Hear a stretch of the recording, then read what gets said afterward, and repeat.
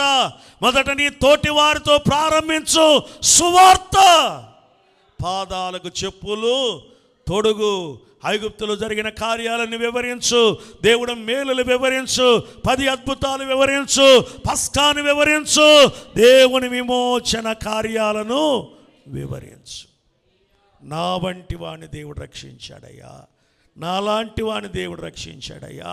ఎక్కడో కూలిగా ఉన్నవాడిని, ఎక్కడో ఇటుకలు చేసుకుంటున్న వాడిని, ఎక్కడో భయంకరమైన స్థితిలో ఉన్నవాడిని నన్ను రక్షించాడు, నన్ను విడిపించాడు, నాకు సహాయము చేశాడు, ఈ గొప్ప కృపను నాకు ఇచ్చాడు, వాగ్దాన దేశమునకు నన్ను దేవుడు నడిపిస్తున్నాడు అనే సాక్ష్యము కొరకే చెప్పులు తొడుగు.